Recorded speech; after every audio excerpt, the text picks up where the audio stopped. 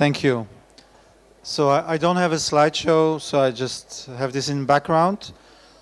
Just for those who don't know, we have 25,000 articles on everything related to the commons, peer-to-peer, crypto, by section. So if you want to know peer-to-peer in housing, in transportation, in food, you'll find what people have been doing for the last 15 years, all the experiments, successful or not.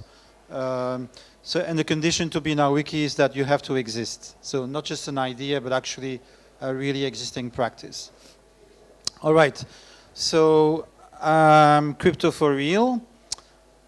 I have a tendency to give you like historical framing, so I'm going to do that again today. So I first want to give you a geopolitical reasoning. So there's no such a thing as a perfect society, but there is such a thing as equilibrium within a society. So we need different institutions that keep each other in check. And so basically I'm going to argue why today the commons needs to be the central institution in our society, right? So 5,000 years ago we left tribal, kinship-based, gifting, commoning-based modes of exchange. I mean, they still exist, but they're quite marginal to the world system. And we moved to civilization. Division of labor, division of classes, separate institutions from the people. You know, we live in it. And so the basic first form was empire. And the way to think about empire is to think about the emperor as the father of the nation, keeping equilibrium within the empire. And so typically in empires, on the one hand, it creates the conditions of peace for trade to emerge, but it also really constrains markets in a kind of really subordinate position, right? And I don't know if you're familiar with history, they had things like clean slate legislations, the Jubilee. So for example, every 25 or 50 years, the debts would be cleared, right? And so why would they do that? To avoid internal slavery, right? So because if rich people lend to poor people, then of course at some point they can't pay back and they become slaves, right? This was an equilibrium of sorts, right? And so maybe important thing to say that empires had commons. So you look at the European system before the 16th century. If you're a farmer, you have your own land, a little bit for your family. You work for the land of the Lord, and then you have the commons, which is like common land used by all the farmers in a particular village, right?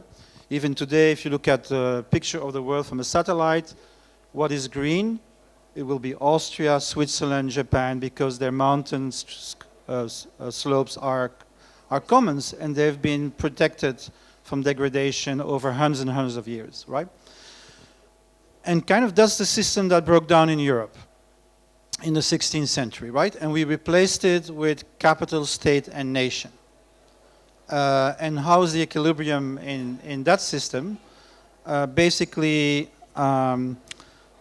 you have a cycle that's called the lib-lab cycle by Karl Polanyi in his book, The Great Transformation. And so basically here it goes. You have an upward cycle of the economy. These are called cooperative cycles. You have an up cycle of the economy. You need a lot of labor. That's good for labor. So you get higher wages, welfare systems, etc., etc. After 20, 30 years, that breaks down. The capital feels it doesn't have enough profit, and you're going to switch to a more, let's say, neoliberal type of system, right? So in the recent history, 1973, 1980 would be that crisis, a supply crisis, and then it's replaced by the neoliberal Reagan-Thatcher model, right? So but the thing is that every 30 years, more or less, you have a change of equilibrium, right? If there's too much market, there's a revolt against it, and you have re-regulation. If there's too much regulation, After a while, you have a revolt against that regulation, and you have deregulation. And this is the system that stopped working in the 1980s, right? Why is that? Because at that moment, capital became transnational. So from that moment on, the equilibrium within our society stopped functioning because there's nothing you can change within a nation state anymore. And that's independent whether you're left or right. Within a few days, your bank stops working if you do something that goes against the interests of transnational capital. So what's the solution? So one of the solutions could be, we need a bigger state, right? We need to reinforce the state.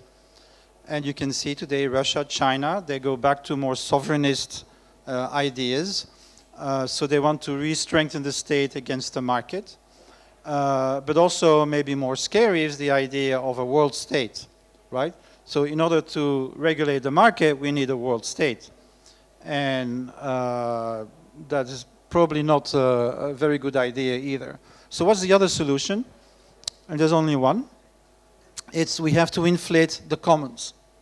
Now, so I want to insist on the regulatory role of the commons, right? Because basically markets and states are extractive institutions. They compete with each other and historically have always collapsed. So they always overuse their resource base and it ends up with soil degradation, deforestation, and these types of things. So every so often, maybe 300 years, you have a collapse of a particular form of society or a form of civilization, and then you have a transition to something new.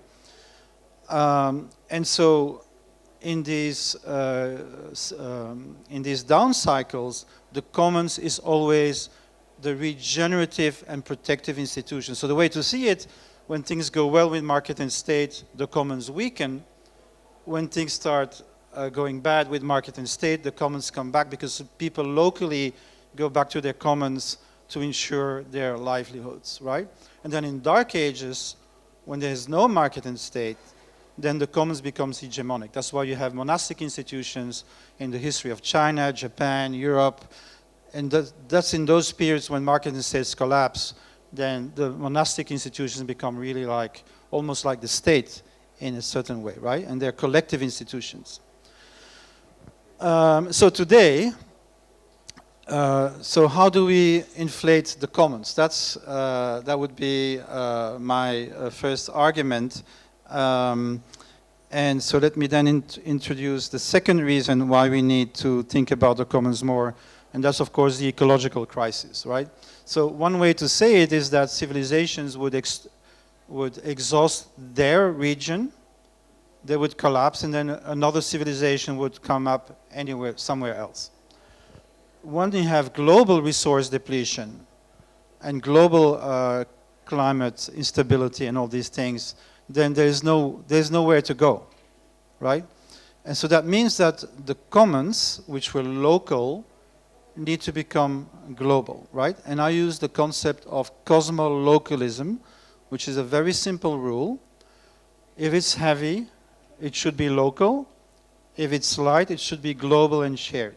So cosmolocalism is basically the need to relocalize production. Why would we need to do that? Because 2/3 of matter energy expenditure is transportation today. And I would argue that is unsustainable in the long run, right? So this is one thing. Second thing is mutualization itself. What is mutualization? Is when things are readily available, you don't have to worry. Every individual can have access to something. When things become scarce, mutualization becomes an interesting solution, right? Why do we have co-living, co-working, shared transportation today? It's because young people today, especially in Western countries, have a hard time not just buying a house, that's already impossible for the last 20 years, but even renting becomes really problematic today, right? And so you mutualize these costs to still have basically a decent life, right? Okay, so maybe one more argument. So this is from a biologist called Olivier Amand in France, and he says, so when you have efficiency, in the beginning, resilience grows with efficiency. But there is a point where if you continue with too much efficiency, resiliency starts going down. Typical example would be our neoliberal supply chains. Highly efficient, global, but anything that goes wrong and the whole supply chain is affected, right? Because there's no fat in the system. You look at nature, to choose a really bad example, you need 1 million sperms and only one is going to get somebody pregnant, right? So that's a super abundant phenomenon that is really typical for the resilience of nature. And so, okay, so the important thing is that we are at a shift today from basically efficiency as the sole growth factor to resilience as the growth factor. We need to grow resilience, and we actually need less efficiency. We need more fat in our systems. Okay, so where does the web come in that story? Web 3 and all of that, right? So here's the kind of historical framing. In '93, we democratized the web, and what does that do? With what I call peer production, right? The capacity to create an open ecosystem which allows anybody to adhere their skills and passion to collective projects.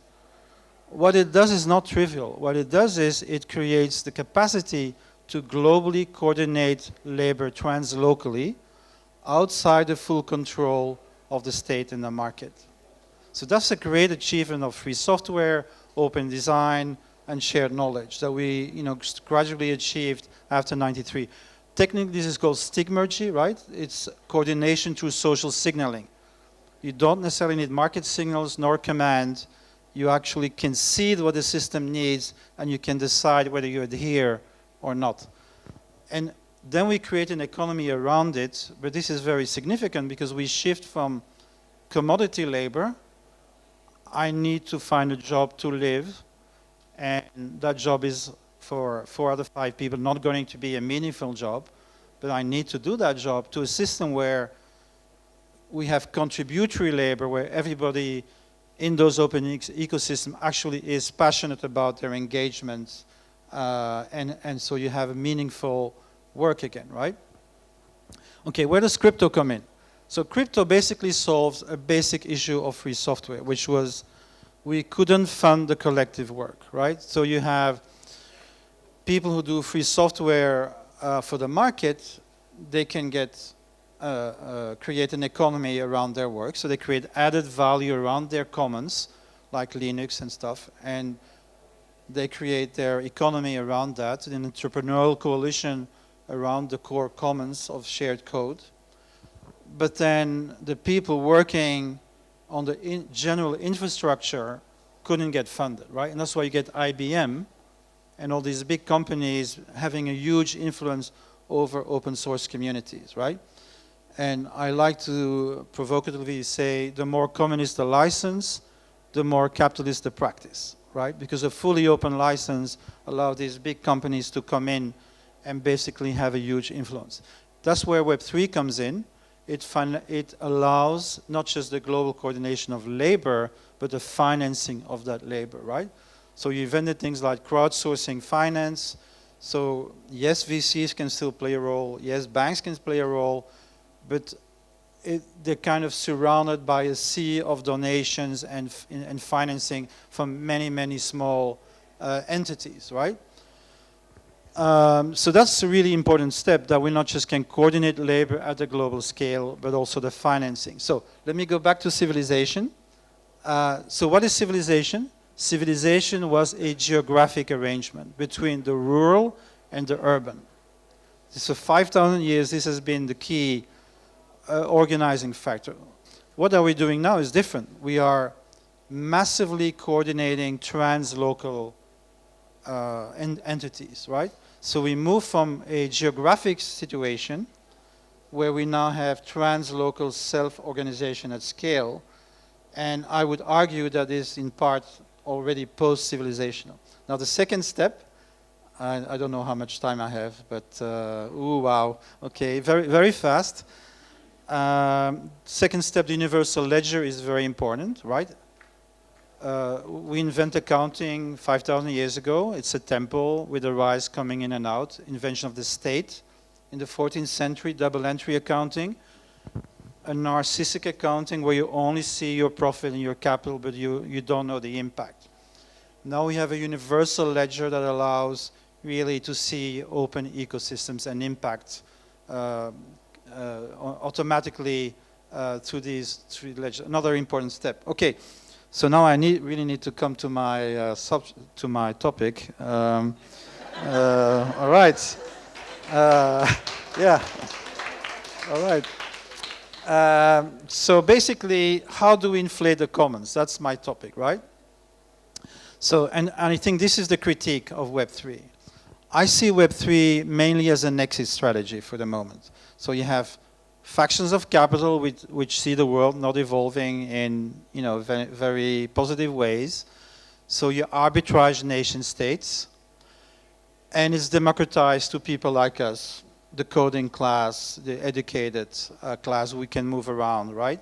So it's an exit strategy, and that is not sustainable over the long term, because as things get more tricky at the local, any force which is not contributing to local resilience will be seen as parasitical, right? And so now we have two kinds of commons that are not connected, and that's really the theme of my proposal. So I did a study in Ghent about urban commons. We had 50 urban commons projects in 2008, and we had 500 in 2016. So a tenfold increase in people locally organizing local commons for their provisioning systems, like collective purchasing of organic food, housing commons, shared transportation, not Uber, but associations and co-ops that do that, right? So an explosion, maybe 2-3% of the urban population today is engaged in those activities. And they don't use crypto, right?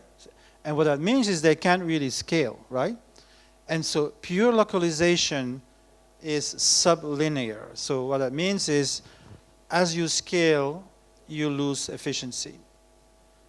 And superlinear is what a city does. You double the city in size, you have more than double the innovation. Well, actually, it's 115%. When you double, you have 115% more innovation in a city, right? And so basically, this is the answer we actually need to work on, is how to connect local, resilient, urban and rural commons, bioregionally reorganized, with cosmolocal knowledge and financial commons, right? So that every node locally, so that every node locally can be supported by a cosmolocal alliance in a network, right? And so if the nation state cannot resist transnational finance, translocal commons that combine thousands of local nodes with very strong cooperation protocols and capacity to move capital around, right? So I'll end with this. You need to start thinking about collective property at a translocal scale. Commons can no longer stay local. And I think all the technologies are there to do this, like fractional ownership. Okay, I could say more. I'm just going to give you one example. This is actually a local one, but in Holland we have something called herenboeren. Is it 64,000 acres or something that they want to buy? So basically it's a consumer co-op, right? And yeah, and is buying up land to then lend it to organic farmers. So this is, I hope that you can start thinking about this in this way. And so basically, I'll finish with Austin H. Smith, who says we need two kinds of people: the bioregional guilds, right? The people who do local work are embedded, like you do permaculture. You have your feet in the mud, you work with your neighbors, right? But you learn the global permaculture design course, right? And that's a global one, and you can have global investments to support the local, right? So I invite you to start thinking that way. And just remember, when civilizations fall, it's not sure that your money will be worth anything. After the Roman Empire, there was no money for 5 centuries, right? So think about this. To have access to people who know where their food is coming from and energy coming from, this is basically where things are going to play. Okay, the second guild would be the Tao Guild. And these are people like the guilds in the Middle Ages who are traveling between nodes and basically seeding the local with the knowledge of the global, right? They know the global protocols, they know how to get the fundings, and so you shouldn't be nowheres with no roots, you should be everywheres, you should be rootful and should be connected with these local nodes. That's kind of the conclusion of my presentation. Thank you.